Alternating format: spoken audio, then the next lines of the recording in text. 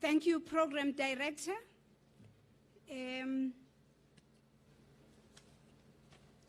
Finally, we are here, Minister. Let me just do this to do it right.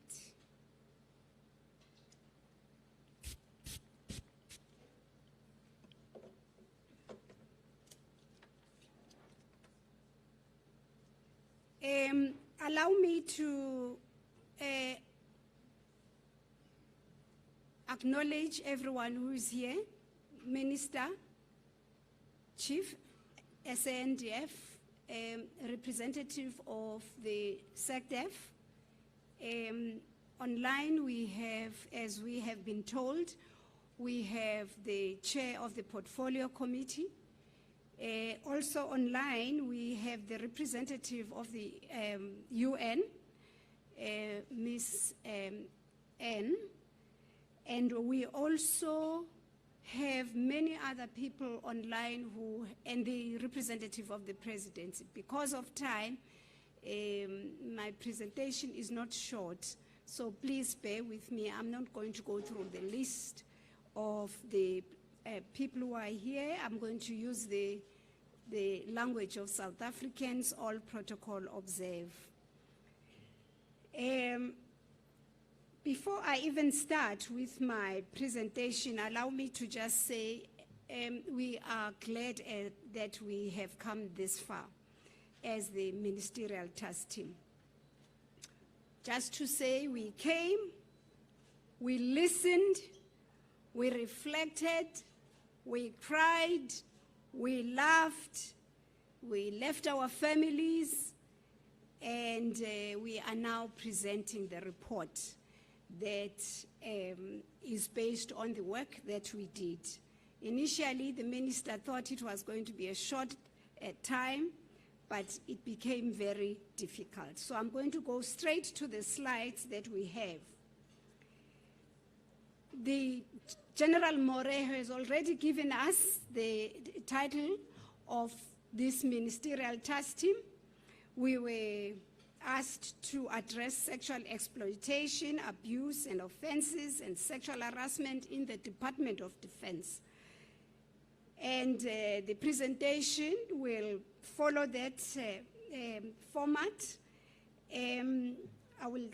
It says a little bit about today, about the National Action Plan, and then it's got key issues and findings, and then it's got recommendations. It also says something about what already has been put in place and areas that need to be addressed urgently. We have already been told, I'm going to run through it, that we were established in December 2019, and we finished our term on the 31st December 2020.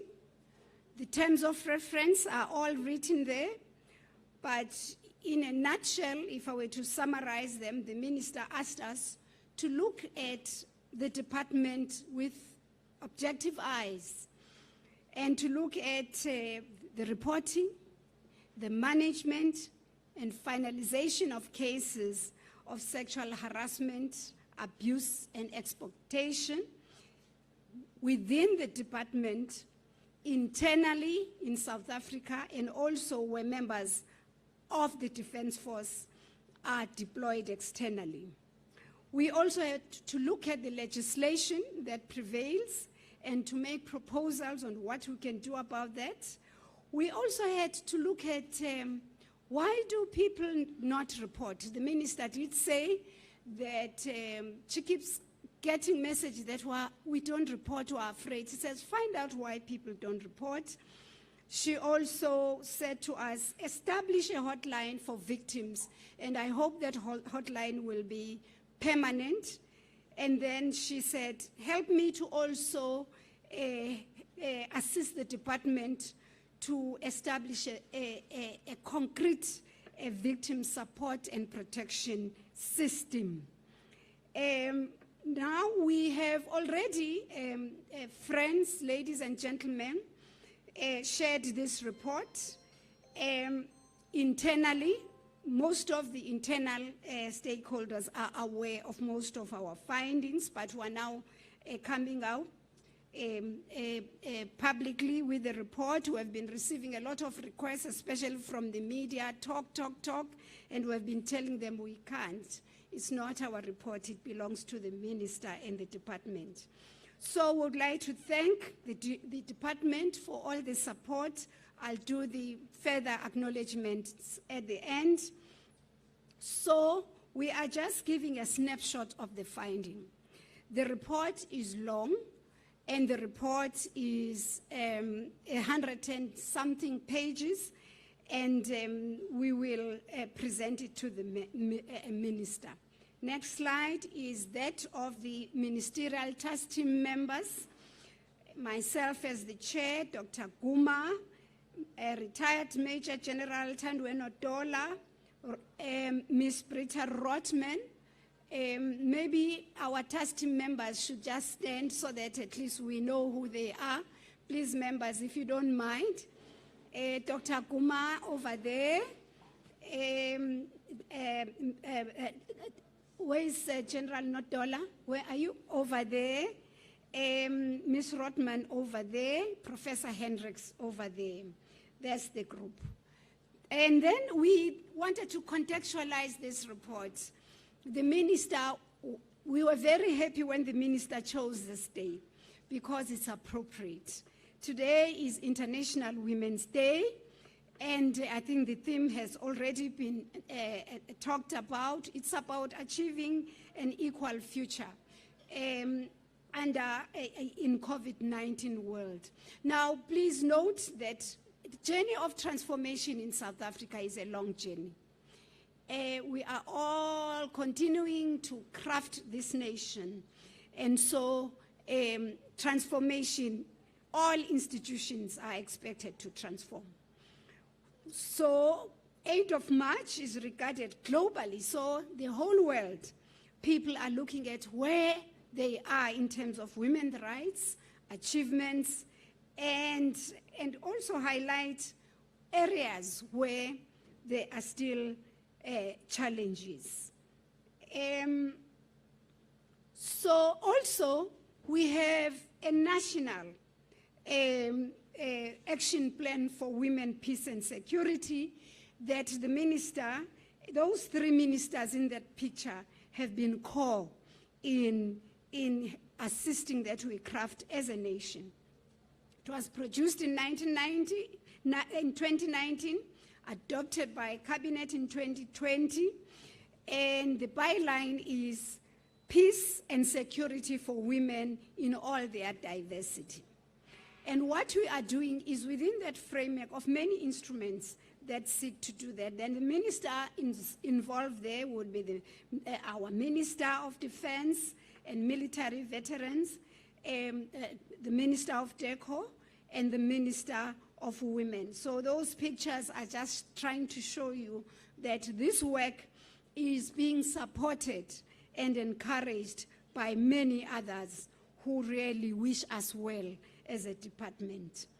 And those are the objectives. I'm not going to read them because of time, of the Women, Peace and Security. It will be launched properly, but I just want to highlight just 2 of them. That is to ensure full and meaningful participation of women in peace and security processes, in structures and institutions. So DOD, whose function is to create peace within the country and in areas where we deploy our military personnel, also in their diversity, including women. That is why we have found it important to mention the Women, Peace and Security instruments. So what are the issues that are key? We want you to also note that the byline that we chose for our work as we leave you is a defense force that cares. This is what we would like to leave you with, to say our report is presented within the context of saying, we urge you to continue and to build a spirit of a defense force that cares. Now, what are the key issues? We accept that as a nation, not long ago, before 1994, we were an outcast. We came back under our constitutional framework, which says we are coming back as part of the human race in the world. And so we operate under those protocols. And Parliament is there as well to ensure that indeed those protocols, international, regionally, and nationally, are adhered to. And we also commit to do that. The Constitution of the Republic promotes that, I quote, we should have human dignity, achievement and advancement of human rights and freedoms, and also non-racialism and non-sexism. So DOD works within that framework. We also know that SANDF, as a primary focus of this report, works within that framework. We also note that we have on file a number of very, very good reports and pieces of legislation and policies that guide us. And all of them promote inclusivity. The challenge is implementation. We also want to say it up front as MTT, that don't feel bad that we have written a report that found stuff everywhere in South Africa, even in our homes. Everyone is dealing with the issue of sexual misconduct, sexual predators in families and institutions. So you are not unique. We want you to know that. All we are asking you to do is to be open to making it known in action and indeed that there'll be zero tolerance, as we have heard already. We thank you for opening yourselves up for scrutiny. We engaged with many stakeholders, and we thank them for giving their time and being open to confronting issues. We thank you for your willingness to deal with sexual misconduct, and we also thank you for already having started to implement some issues as we start presenting this report. We also note that a context of vulnerability remains with women soldiers, mainly in DOD, and in one in which unwanted and inappropriate sexual behavior happens wittingly or unwittingly. We also note that the legislation that prevails is not adequate in terms of the sentences that must be meted out. And we know that the military bill that was going to Parliament had tightened that up. But now your hands are tied so far, but we still ask you to act regardless, because just to give an example, for misconduct, generically, the 5,000 rand is the maximum you can pay for that type for misconduct, because everything is generically put under misconduct. We also we found that DOD has a culture that must be transformed, that is, and systems and processes that need a lot of work to change, and sometimes the culture promotes such. An example would be a culture of silence or a culture of fear, as it was said already by the general chaplain here. What are the other key issues quickly? the organizational culture. I will not get into that. The detail will be online if the report is released online, and in the major report. It is in the military ethos. We know that the military is the military. And so that ethos actually causes people to feel you are weak if you report on sexual misconduct.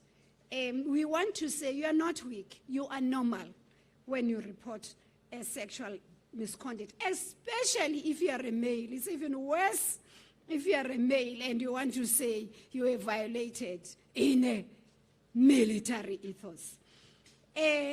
We also raise the issue of leadership. You will hear when we elaborate, we raise the issue of professionalism. We raise the issue of gender mainstreaming being core in the work that we do, looking at policies and structures, the legal structure and the legal system in the military being revamped, the issues of discipline versus criminal acts, the Integrated Justice System Board, the definition of sexual exploitation and abuse within the South African context and within the UN operations. We found that there is a disjuncture that needs to be discussed. The issue of paternity, where we have babies that we left at our areas of deployment, and we raise some issues. You'll see recommendations, the issue of data and knowledge management, training and sensitization, the use of board of inquiries, the reserve force system, and also PSEPs.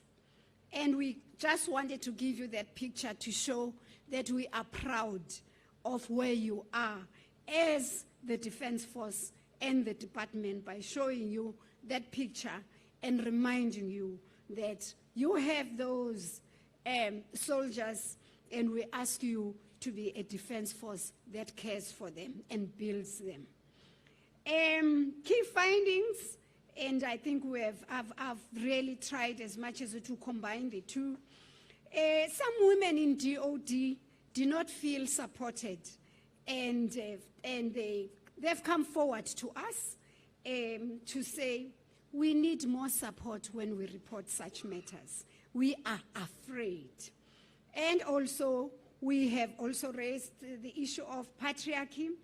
And we have also heard from some LGBTQI plus is generally absent, is not talked about, but you've got human beings. Deal with it and be open to that.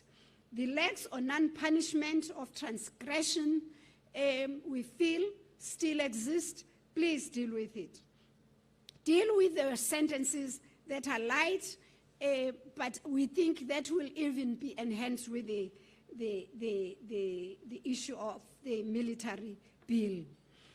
The current system of concentrating on the perpetrator will punish the perpetrator to the light, but we think that will even be enhanced with the issue of the military bill. The current system of concentrating on the perpetrator will punish the perpetrator to the exclusion of we will care for the victim is problematic. There are hotlines, we agree, but we have addressed ourselves to a hotline that deals with sexual misconduct. We highlighted that there is no coordination of systems as you deal with, and we think that they are not adequately resourced, and we have a recommendation. And we also say maybe you need to take more advantage of the digital age. We're not saying you have not started, but we think accelerate the issue of digital advancements.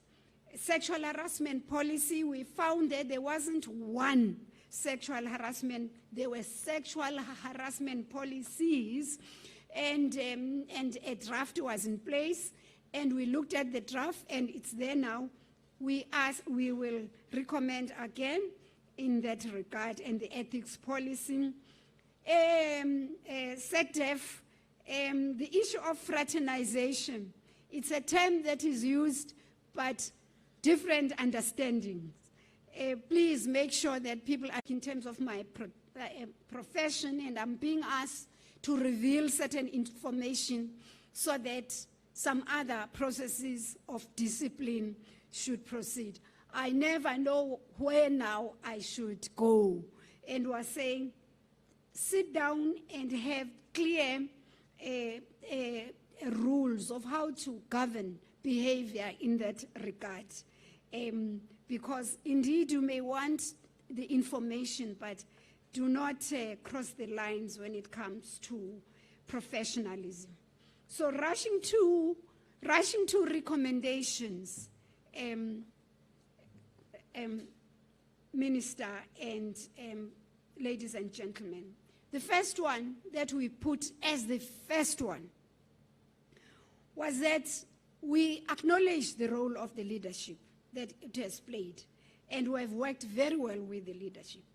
But we said, if this is to change, everyone must hear now that there is a red line drawn. No more sexual misconduct and sexual predation in the Department of Defense and military veterans. And it must be said publicly, and people must know that those are the marching orders going forward. And so, going to the past, fine, you acknowledge that that has happened. And no sweeping under the carpets, because that has happened. So that will have to be communicated. How you do that, we leave it to you. Culture, there must be a way. We have, on this one, we are not saying be a weak department, especially Defense Force. We're not saying so. We say you must be a Defense Force that cares, of strong women and men, strong professionals that are here for a purpose, that know that there are things you do and things you don't do here. That will also include zero tolerance. But professionalism should prevail here. Consequence management. People must know that even if it's my friend or my colleague or my boss, I have a right to report. Even if I know adopt centers where we work of orphans and vulnerables. This area does not mean necessarily money, but it just means to find a space, because mainly in the DRC, where we can go as SANDF to show that we are a defense force that can. Thank you. Thank you very much to all the speakers.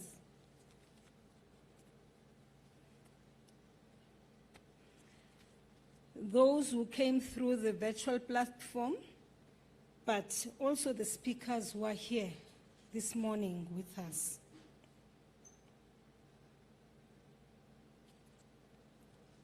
I want to start by acknowledging the Secretary for Defense, Ambassador Kuju, represented by Dr. Kamete, the Chief of the South African National Defense Force, General Shoke, Chairperson and members of the Ministerial Task Team, members of the Defense Commission led by Mr. Ian Robertson, our military ombuds who is in our midst, the CEO of AMSCO, and maybe actually we should have extended the team to investigate something there in that environment. Members of the Plenary Defense Staff Council and the entire Defense Department, representatives of stakeholders, ladies and gentlemen. I must say that I'm heartened to officiate at this occasion where we are having an engagement on the release of the report of the Ministerial Task Team on Sexual Exploitation and Abuse. We are undertaking this launch as we mark International Women's Day. And I want to say happy International Women's Day to all the women who are here. It is opportune that we conduct this as we are also on the national state of disaster at level 1 and thus able to have this gathering. Furthermore, we are engaging at a time when our country has adopted the National Action Plan on Women late in 2020 in Cabinet. I commissioned the MTT on Sexual Exploitation and Abuse late on the 1st of December 2019. And this mission has ended end of December 2020. This was solely with the mandate to conduct investigations into sexual exploitation and abuse, and was continually reported in the mission, which were continuously reported in mission areas externally, but also within the South African National Defence Force itself. The members of the task team, Ms. Thoko, Mpumlwana, who is also a former member and the chairperson of the Gender Commission of the Republic of South Africa, has done extremely well. Madam Mpumlwana had a team, a collective around her, consisting of Professor Cheryl Hendricks, Major General retired Nodola, Dr. Guma, and Ms. Britta Hoff-Rotman. Now, the task team's composition, indeed, as Madam Professor Shisana has already said, was drawn from a wide range of expertise and experience.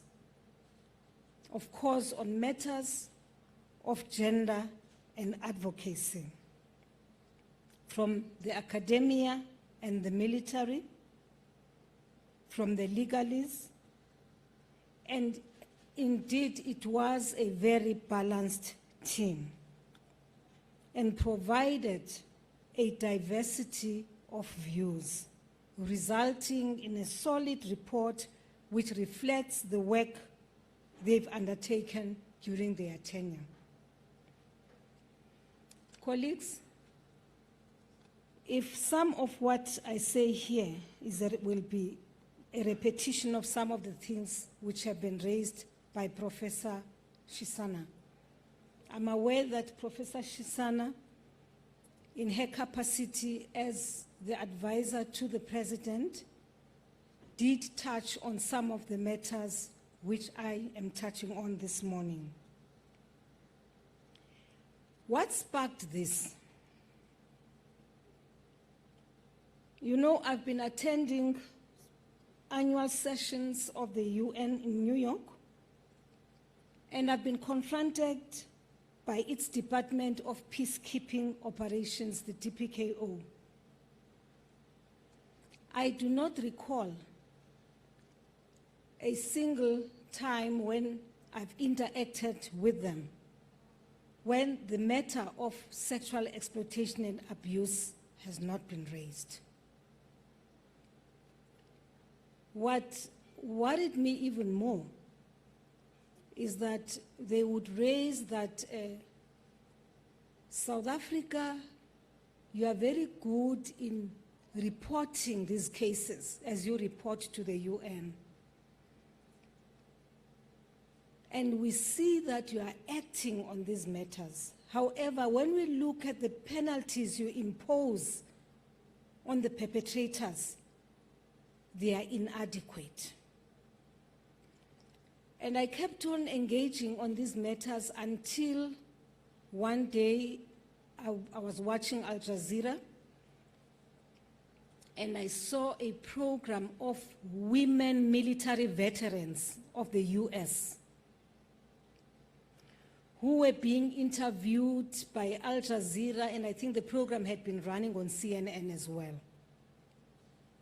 Elderly women, veterans of the Vietnamese War, some of them veterans of the war in Iraq and Afghanistan, and I listened to their experiences as women and what they've had to endure serving in the front line with their own colleagues from the US Defense Force.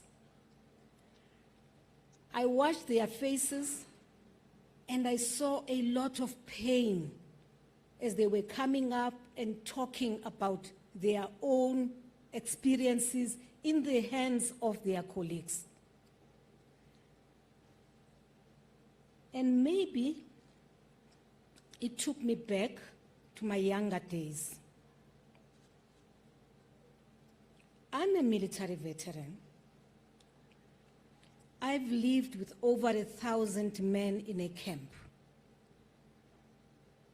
And I could identify with what those women, military veterans, were saying. I could identify with some of the personal experiences and even utterances which men above you would make to you in advancing their selfish interests. I could identify with that. And I could identify with the pain. And I decided that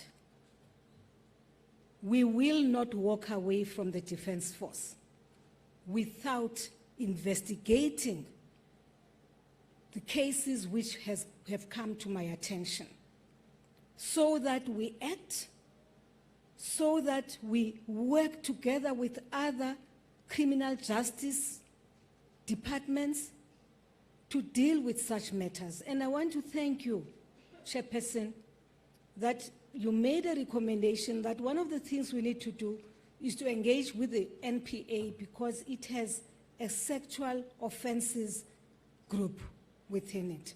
And I must say that that team has really assisted us already in a case which we've been dealing with in the past week. And I hear, as you said, I think you said this here, that the witness came out better than she would have come out if she had not received that support. We thank you for that. Now, the other experience which sparked this was an interaction with a young woman from the Defense Force who had just returned from a deployment to the Democratic Republic of Congo.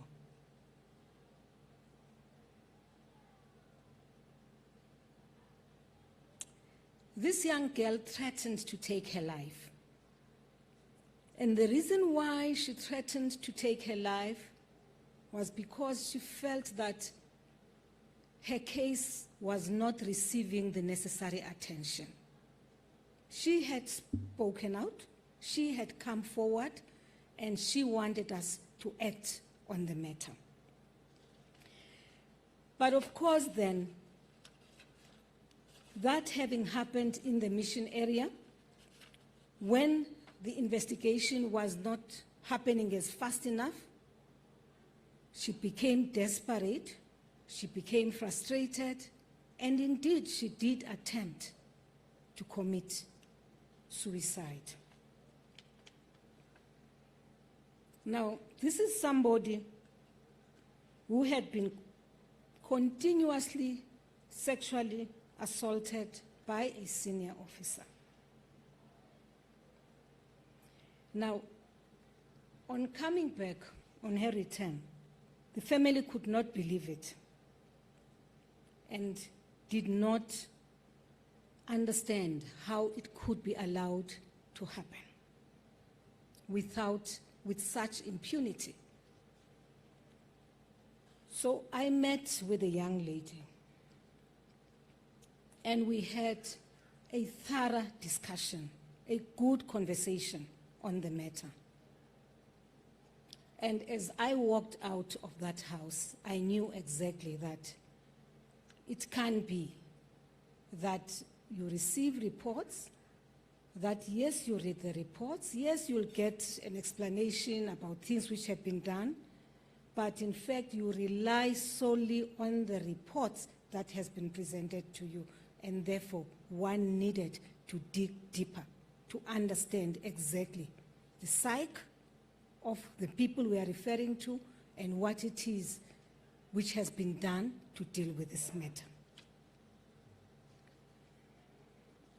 We did.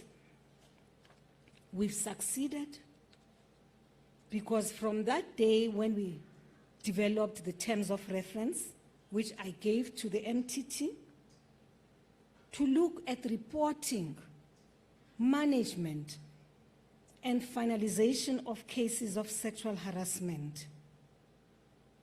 I must say, now we have an outcome. We now have a report which is presented to us. The chairperson mentioned earlier on that in a number of cases, I have a long list, I have a long register of these cases.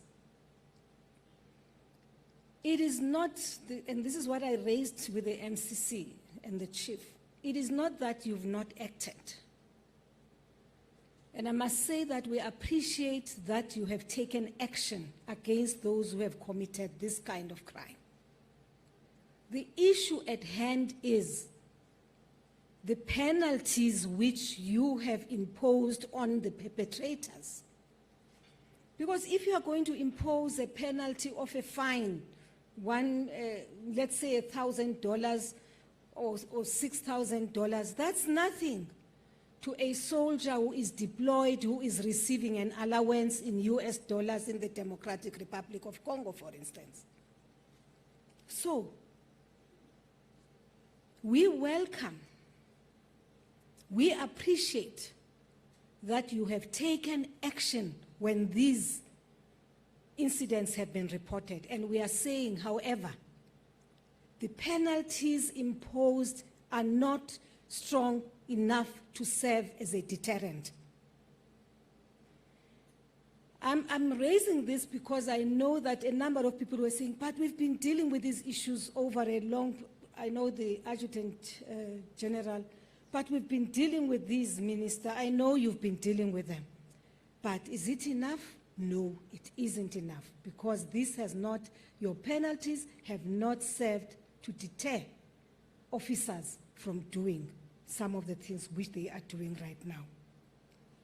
One of the things which the UN appreciated about South Africa, which they continue to appreciate, is our ability to deploy national investigating officers to the mission areas. I should say this, because I don't want you to feel as though there is no appreciation of the work which you have done.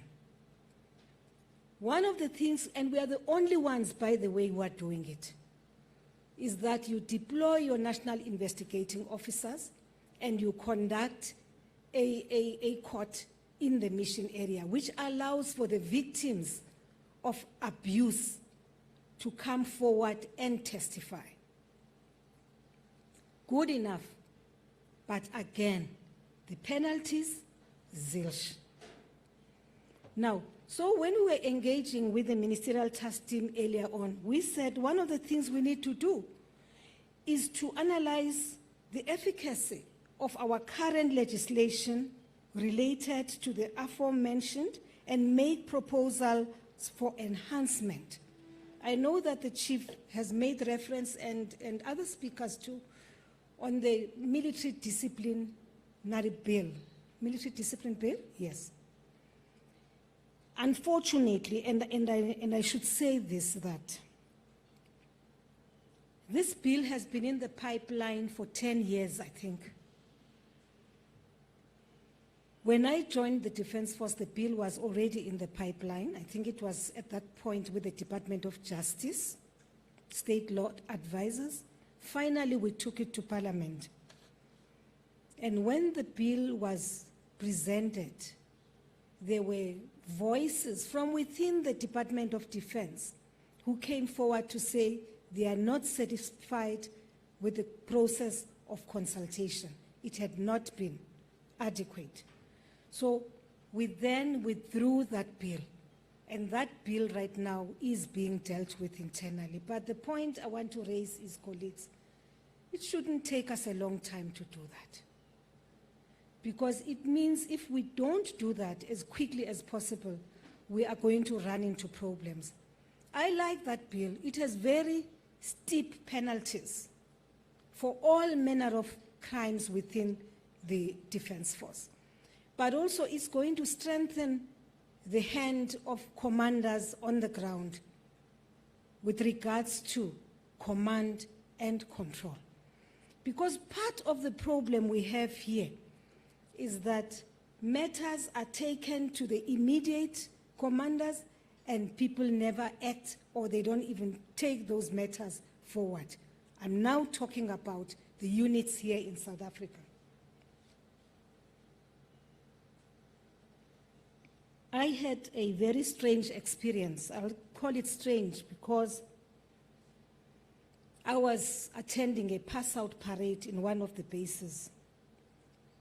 And the night before, when I was receiving a briefing about the situation in the base, I was informed that a young girl had been raped by two of her colleagues, also trainees, and that as they were preparing for the pass-out parade the following day, that the two young men were going to be on the parade, but the young girl wouldn't be able to be part of that process because of some of the processes she was going through as a result of what had happened to her. That was strange to me. Very strange, because how do you allow the two men, the perpetrators of this violence on the woman, to go on a parade, pass out, and be soldiers, recognized soldiers in the Defence Force? And the young woman who's a victim, because of what had happened to her, wasn't going to be able to stand there and be part of the parade because of the challenges she had at the time. So we then had to take a quick decision. I said, no, the two men must withdraw. These guys must withdraw until the court processes have been concluded. So I'm just using that as just the one. And I must say that I really commend the colonel who was commanding, was the OC in that facility at the time. I'm aware now, I think he's a general. I saw him the list, which we signed off 2 weeks ago. I think he's now a general. But the fact that he had the courage, as he was reporting about the state of affairs at the base, to report on that particular incident really gave me a lot of confidence in his leadership ability. Now, one of the areas which the MTT had to zoom into within the Defence Force is that within the military police, military prosecutions, technical training and expertise, and sensitivity to deal with cases of sexual exploitation and abuse. And what has come out in the recommendations is that we need to develop a system that is going to be victim-centered. For now, it hasn't come out that way. For now, there is no indication that the focus usually is on the victim. It is rather on what it is that we are going to do to the perpetrator, ignoring completely the trauma which the victim has gone through. And of course, I want to say this, colleagues, which is, and I think Mrs. Thoko helped me here because I was a bit frustrated a few days ago when I heard that one of the victims had not rocked up in court and could not be reached. And I said, but what is this? And then she said, no, please understand. There is that challenge that at times victims do not want to confront the perpetrators. They flee.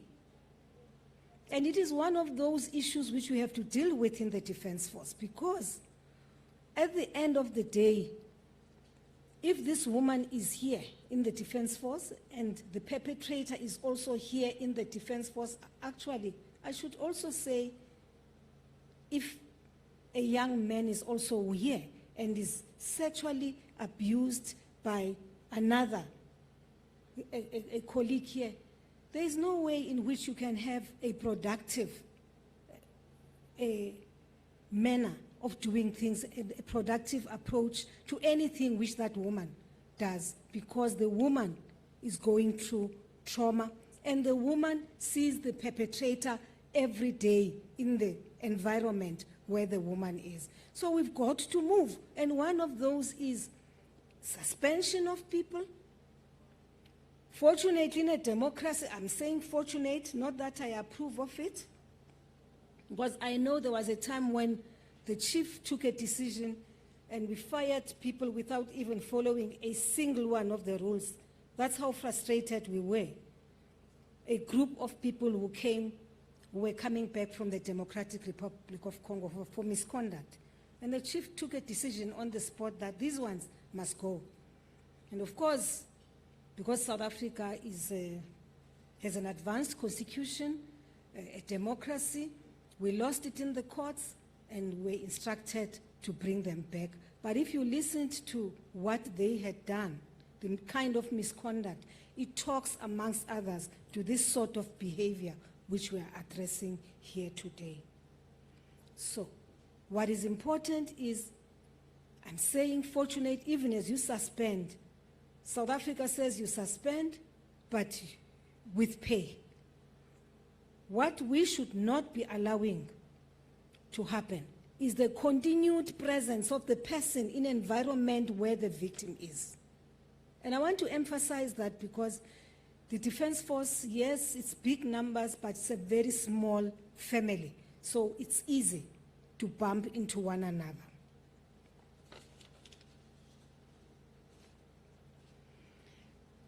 There is a recommendation which has been made here, which talks to an establishment of a sexual misconduct center. And I know that from the side of CHR, I'm sure what came to your mind immediately is, where are we going to get the resources? Because already we have a deficit in our compensation of employees allocation. However, I was just whispering and saying,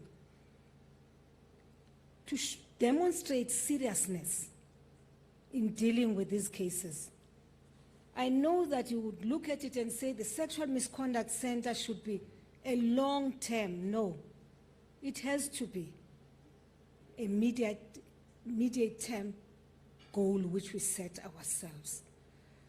And I believe that from within the Defence Force, we can actually identify people, if needs be, demilitarize and establish using the same allocation and engage with DPSA and get ourselves to establish the Sexual Misconduct Center. Because once we have the Sexual Misconduct Center, it will demonstrate to every victim that indeed the priority now is given and attention to the victims of sexual exploitation. I'm happy that we've been able to establish the paternity nodal point.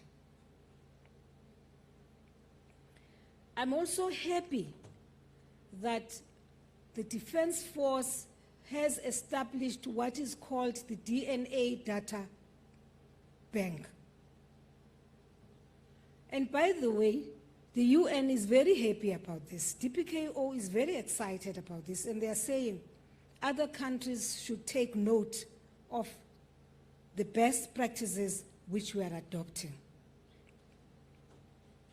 But I'm equally aware of your frustration when you follow up on some of those paternity cases, how the other governments in those countries have frustrated our efforts. But what is important is that we need to finalize. I know that there is frustration with regards to the DRC. Badala marginal bantwana, some of them. Some of them are 13-year-olds, kudala nipha. And the children are old.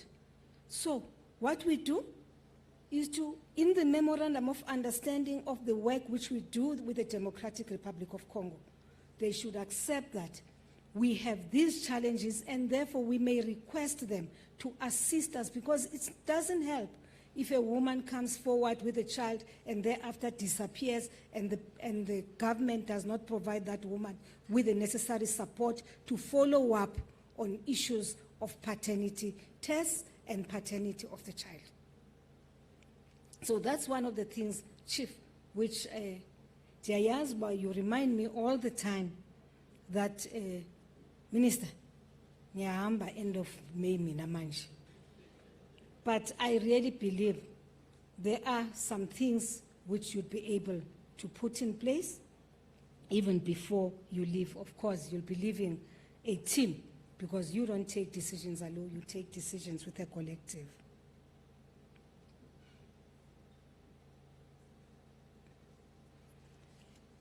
Now,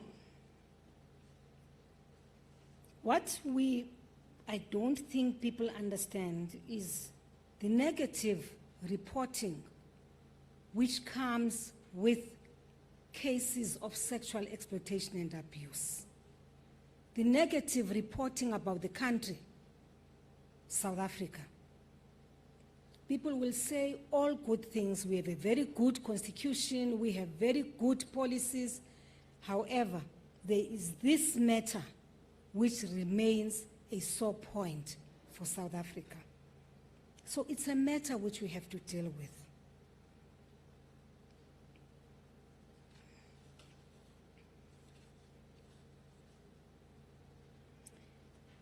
I'm happy that the MTT made all efforts to go to as many of the parts of our country as possible. I think some of the bases they visited are bases which I've not visited myself.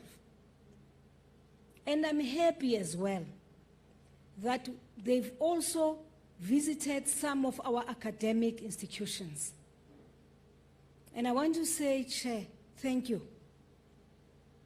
Thank you for your visit, amongst others, to Saldanha Military Academy. And I know right now that the Chief is dealing with the matters which you have put before us. I'm also I greatly appreciate the fact that you've established the toll-free hotline for victims, and that I trust that generals sitting at this table that that hotline will continue. This was not a hotline, Gerald Shabane, which was meant to serve the MTT. It was a hotline which was meant to serve the victims. Victims are still there. The MTT will be going, but the victims remain, the perpetrators remain.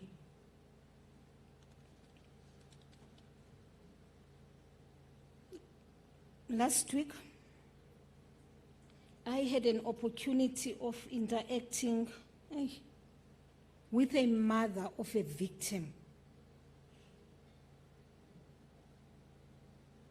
And I don't want to say of sexual abuse, I want to say of rape. In my office in Waterkloof. But what struck me was the pain, the agony, the tears of the mother, even before I have interacted with the young girl. And just how helpless she feels about this situation. And I had to reassure her that even without the MTT, we will pursue this inquiry. But there's something else I want to make a plea to you about. I am aware that amongst yourselves, officers, generals in particular, senior women, there are those of you who negotiate with these girls to cancel these cases. Yes, Sis Thoko? A young girl comes forward, a young girl is ready to talk, and a senior general above her decides, but why are you doing this? Why should you do? Why are you doing down so-and-so? Why are you destroying this person? Let's not do that. Allow for the investigation to be conducted. If allegations are proven to be untrue, then of course it will come out. But to say, don't do that, it is incorrect. I also do want to make a plea that, I've seen it in the basis, because I think one of the cases I've referred to, the reason why the girl was quick and actually remained on course and was more confident to speak out, it is because of the therapy, the counseling she received from us, our psychologists on site. And what am I saying, therefore? SAMs should make sure whenever you have warm bodies, men and women in uniform, you must have psychologists, particularly where young people are training, so that the girl child has the confidence to speak out, to report a case to their supervisors. Now, I'm making specific reference here to areas such as Oldson. I'm making a reference to Woodspruit. Woodspruit is equally as rotten. And one of the things, I'm glad you are here, General Mapoto, is that you? Because one of the things we've agreed to with the chief is that within your unit, your military police, the chief says we must establish a sexual investigating unit within your team. It must be done. It has to be done. And of course, we must have a multi-sectoral approach to it. That which is not harassment, that which is rape, must be called rape. It shouldn't be said it was sexual harassment of a woman. It was rape of a woman. So with regards to that, obviously, it would have to go to a civilian court. So I'm just saying, Adjutant General, if you are here, that these are some of the matters we now need to look into. What remains here with you and what goes out to the civilian courts. But of course, we need to realign and make sure that our penal system is exactly the same as that which you find out in civilian courts.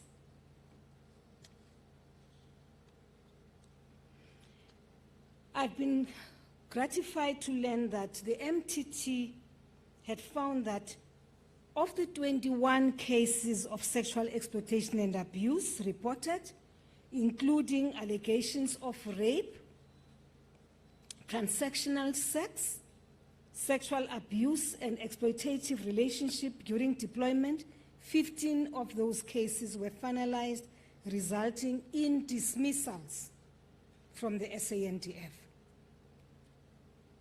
I think when you do it, you need to understand, and I always say, I cannot imagine you, colleagues, that you are here in the Defense Force, and sometimes up to 20, 25 years, some of you, I think, have been here. And within just for a few seconds, your entire career goes down the drain. It is flushed down the drain because you could not exercise control. I can't imagine. It's very sad, very painful. And I've often asked, when you get home and you have to explain this to your family, what do you say? Why have you been fired from the Defense Force? And you have to say, I was fired from the Defense Force because I did A, B, C, D, and E. Scandalous. So I'm then appealing to all of us to continue at the rate at which we are now moving with regards to these issues.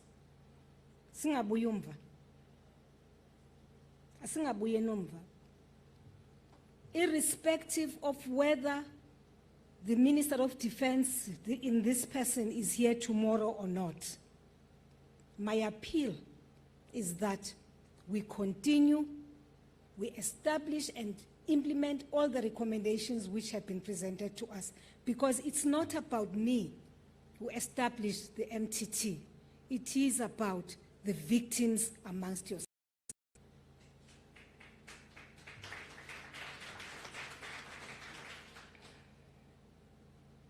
I'm happy to hear what you have said, Ms. Gamed, Dr. Gamed,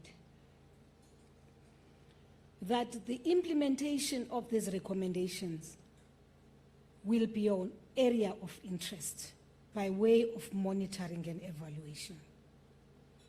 Because it is true, even to follow up cases, that sometimes you become aware of a particular case as a minister, but you will not have the capacity to follow up all these kinds of cases and how they are dealt with, and even that all the recommendations which have been made to us, you don't have the capacity as minister to do that. You rely on your foot soldiers to do that work and report. So I'm happy to hear you committing yourself to monitoring this particular area of work, whether these recommendations are being implemented or not. We cannot continue to proclaim the SANDF as a disciplined force when there are acts of sexual exploitation and abuse within and even outside of the SANDF, which we have not dealt with adequately. We can't. The first time I had a discussion, the Commander-in-Chief, I had a discussion with him about these matters. And I was saying, I think I was coming from New York, and I said, there's this issue of sexual exploitation and abuse. We're acting, we're doing this, and I was very frustrated. But what I had not done was to zoom into the penalties. So it was enough for me to know that, yes, a woman had been abused, the woman came forward, and yes, we've acted, and not zoom in on the penalties imposed by our courts.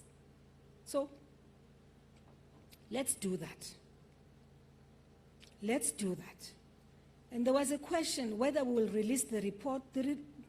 As far as I'm concerned, the report is released. We are releasing the report because the report is a straightforward report. It makes a statement of fact, it makes findings, and it makes recommendations. That's what the report does here. I've not seen a report as yet printed for this purpose which contains names of people against whom allegations have been made. No. We have a list, I do. I know that the Adjutant General is dealing with those issues, but we cannot, if you hold back this report and not distribute this report, people will think that it was a fanfare kind of event. We said we were launching a report, but in fact we are not ready to give the report to South Africans. Let's give the report to South Africans because we have nothing to hide.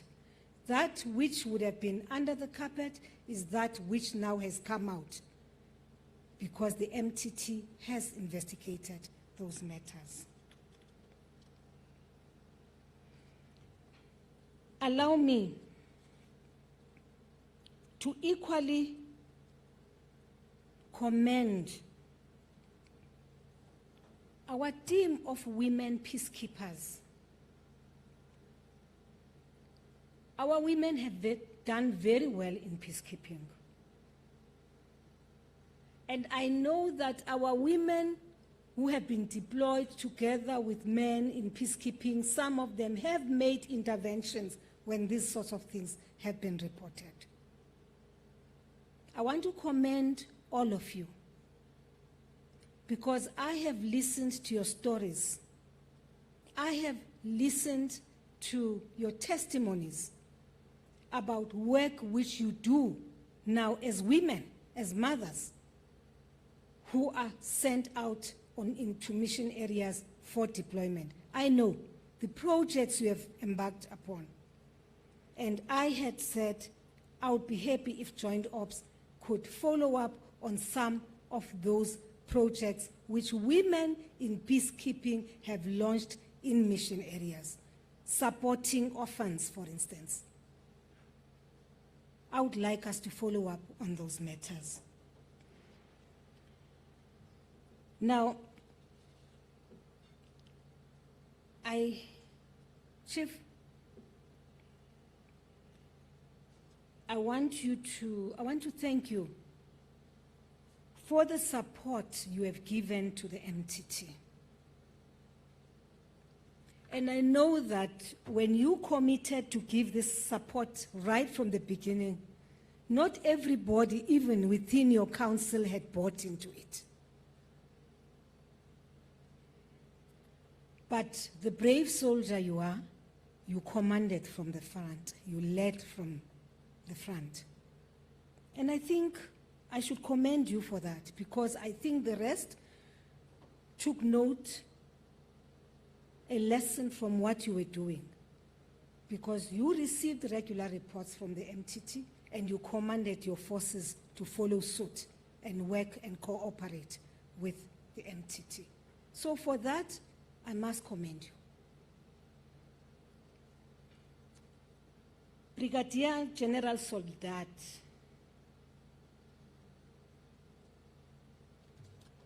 who formed part of the Secretariat of the MTT, thank you. Thank you, and I say this wholeheartedly because I know that when you are a general still serving, and you then have to find yourself in a space where you must provide assistance and support to a team which is investigating transgressions within the Defense Force. It must have been very difficult for you.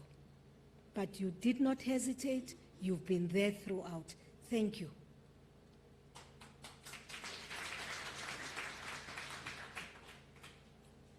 My gratitude also goes to the entire Ministerial Task Team.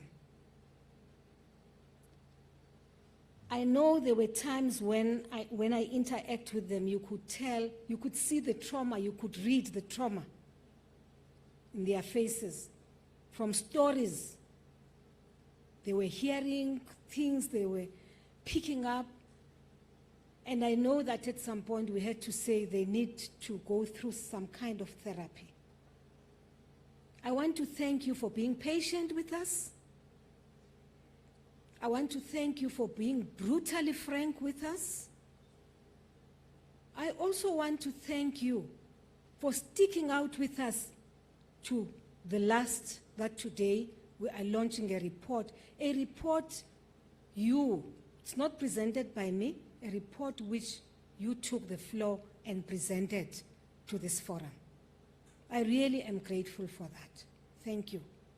So tomorrow, when history of South Africa is written about what is happening, or the transformation, continued transformation within the armed forces, at least we will go down as a team that went on to investigate transgressions against women with specific reference to sexual crimes. I repeat what I listened to, what I saw in the faces of the victims. Anyone, you can get that thing, get from Al Jazeera and listen to that video of quite matured women, elderly women, talking about first-hand experience in the hands of their own colleagues. And you will appreciate what we are talking about. So I'm grateful for the work you have done. You've prepared a very comprehensive report for us. I believe the ball is in the court of these generals who are sitting here. It's in your court, guys. It's for you now to start running and implement that which you are able to implement. We look at, my understanding was that there was a workshop. It's clear there are immediate short-term goals, there are immediate, there are those long-term. I believe others have been implemented already during the course of their work. There are things which can be done immediately.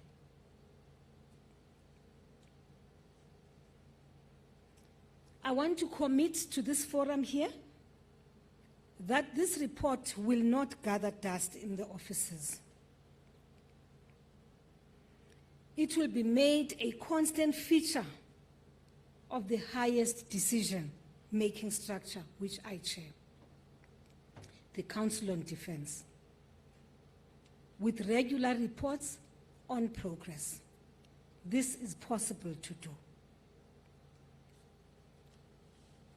Last but not least, as I take leave, colleagues, Mrs. Thoko mentioned here that we probably need a period of, you said amnesty and pardon. Did you say? Yes, amnesty, which will allow for people to come forward. In fact, as you were embarking on this investigation, there was a time when I was praying and wishing that those who know may be implicated in such transgressions, that they would come forward to the chief themselves and say, I'm likely to be affected by A, B, C, D, and E. Well, we've not had that. But the good thing is, we now know as well that we do have serial offenders. We do have serial offenders. We do. And the only way of dealing with that is for us to engage on it and take action. Thank you very much, colleagues. thank you. Thank you for cooperating with the MTT. Thank you for providing them with support they needed. Thank you for allowing them to access the bases and allow for people to speak freely to them. I want to thank you for that. And I want to say, Chief, your next critical assignment as the Defense Force is to deliver the land to the people of South Africa. To deliver the land to the people. Generally,